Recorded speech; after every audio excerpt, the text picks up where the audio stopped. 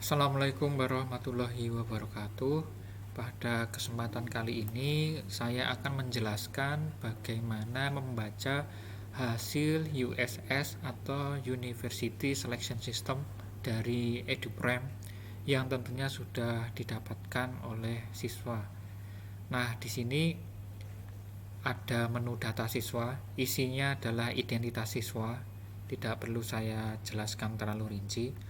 Kemudian di bagian bawah ada pilihan PTN dan prodi. Di sini ada beberapa item, ada perguruan tinggi negeri, program studi, kelompok dan provinsi. Untuk siswa, kita namakan siswa X. Ini pilihan satunya adalah di Universitas Brawijaya mengambil program studi kedokteran, merupakan kelompok Saintek yang wilayahnya di Provinsi Jawa Timur. Sementara pilihan duanya adalah di Universitas 11 Maret UNS mengambil program studi pendidikan matematika, merupakan kelompok Saintek berada di Jawa Tengah. Kemudian untuk analisis selanjutnya adalah daya tampung, indeks ketetatan, dan nilai rataan minimal. Untuk Universitas Brawijaya, program studi kedokteran itu daya tampungnya adalah 100 dengan indeks ketetatan adalah 3,51. Indeks ketetatan ini adalah perbandingan antara jumlah pendaftar dengan daya tampung. Kemudian nilai rataan minimal untuk program studi kedokteran Universitas Brawijaya itu adalah 89,54. Nah, nilai ini tentunya nilai yang harus dicapai atau menjadi standar apabila ingin diterima di kedokteran Universitas Brawijaya. Kalau seandainya nilainya itu kurang dari 89,54, maka disarankan untuk memilih program studi lain. Kemudian untuk pilihan keduanya adalah Universitas 11 Maret program studi pendidikan matematika. Daya tampungnya 24, sedangkan indeks ketetatannya adalah 6,90 dan nilai rataan minimalnya adalah 86,97. Jadi kalau misalkan ingin mendaftar di pendidikan matematika Universitas 11 Maret, maka minimalnya nilai rata-rata raport adalah 86,97. Nah, kemudian di sini adalah rapot siswa, distribusi nilai dari semester 1, 2, 3, 4, dan 5 untuk mata pelajaran matematika, bahasa Indonesia, bahasa Inggris, fisika, kimia, dan biologi. Ini adalah program dari Saintek. Nah, kalau Soshum berarti matematika, bahasa Indonesia, bahasa Inggris, kemudian sosiologi, ekonomi, dan geografi. Nah, ini juga bisa digunakan untuk mengecek nilai rapot yang sudah diinputkan apakah sudah sesuai atau belum. Kemudian grafik nilai rapot siswa. Di sini ada perbandingan nilai dari semester 1, 2, 3, 4, dan 5 untuk masing-masing mata pelajaran. Di sini saya contohkan misalkan matematika. Untuk matematika di semester 1 sampai semester 5 secara grafik mengalami kenaikan. Kemudian mapel biologi dari semester 1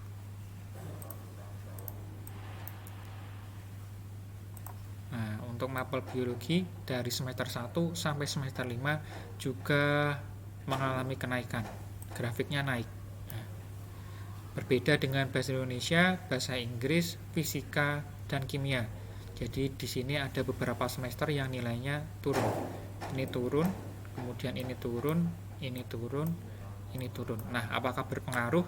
Sebenarnya kalau dari penjelasan yang saya tahu, kalau misalkan untuk nilai itu memang diusahakan naik, tapi kalau seandainya ada turunnya ini nggak lebih dari 2 poin, jadi tidak terlalu drastis turunnya. Kemudian di sini ada analisis dari rata-rata nilai rapot siswa X ini. Matematika 91,0 dan seterusnya. Yang perlu diperhatikan adalah dari beberapa mata pelajaran ini, mata mana yang menjadi mata pelajaran unggulan. yaitu mata pelajaran yang memiliki rata-rata nilai paling tinggi. Jika dilihat, nilai rata-rata yang paling tinggi adalah bahasa Inggris. Nah, kemudian diikuti oleh matematika, kemudian biologi. Nah, tetapi karena yang diambil itu adalah science fact, maka yang menjadi mata pelajaran primernya adalah matematika dan biologi. Nah, bahasa Inggris itu seperti mata pelajaran sekunder. Maka yang di sini mata pelajaran unggulan yang diambil adalah matematika dan biologi. Jadi siswa ini itu mata pelajaran unggulannya adalah matematika sama biologi.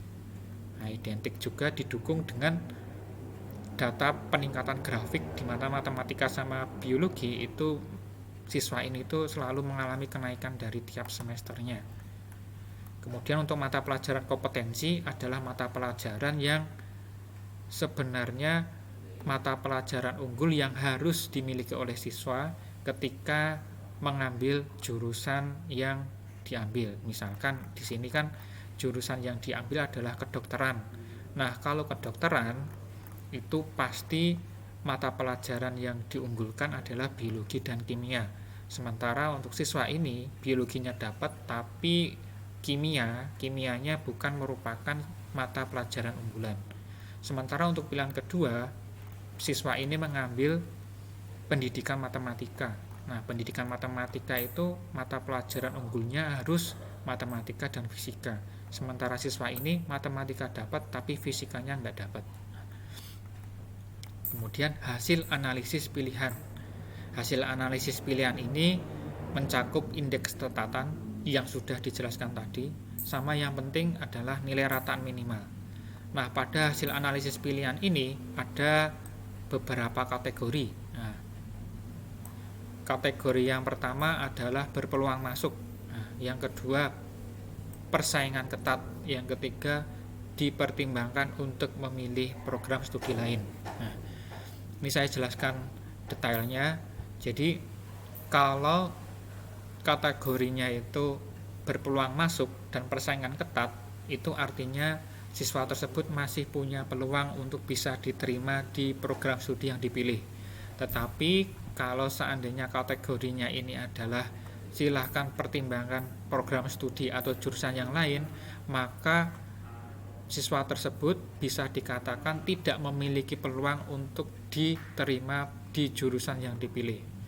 Nah, kategori ini muncul berdasarkan perbandingan antara nilai rataan minimal program studi yang dipilih dengan nilai rataan rapot yang dipunyai oleh siswa.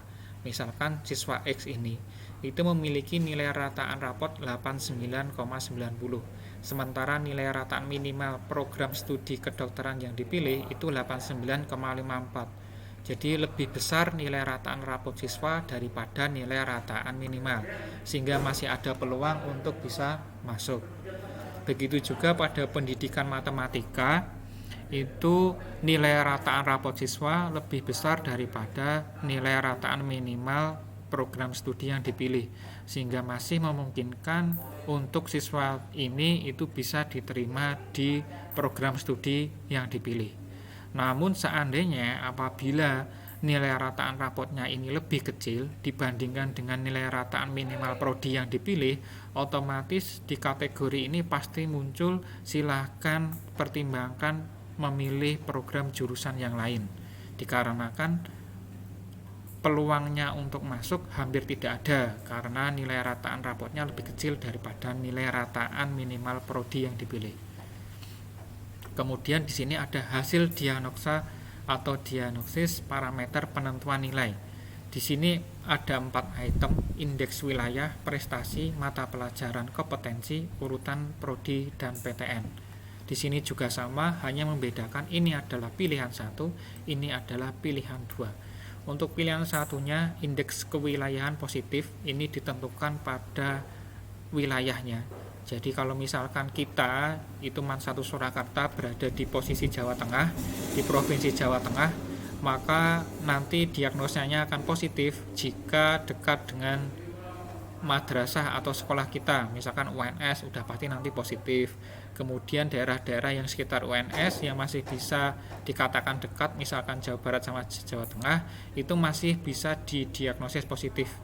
Diagnosis positif ini penting karena nantinya ini juga akan menambah peluang kita bisa masuk di jurusan yang kita inginkan. Kemudian di sini tingkat pengaruhnya sedang karena wilayahnya di Jawa Timur.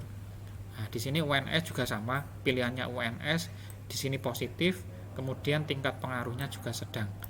Nah, di sini untuk prestasi netral. Nah, ini netral itu artinya tidak berpengaruh banyak. Nah, kemudian di sini ada negatif. Nah, negatif ini adalah mata pelajaran kompetensi. Di sini juga negatif.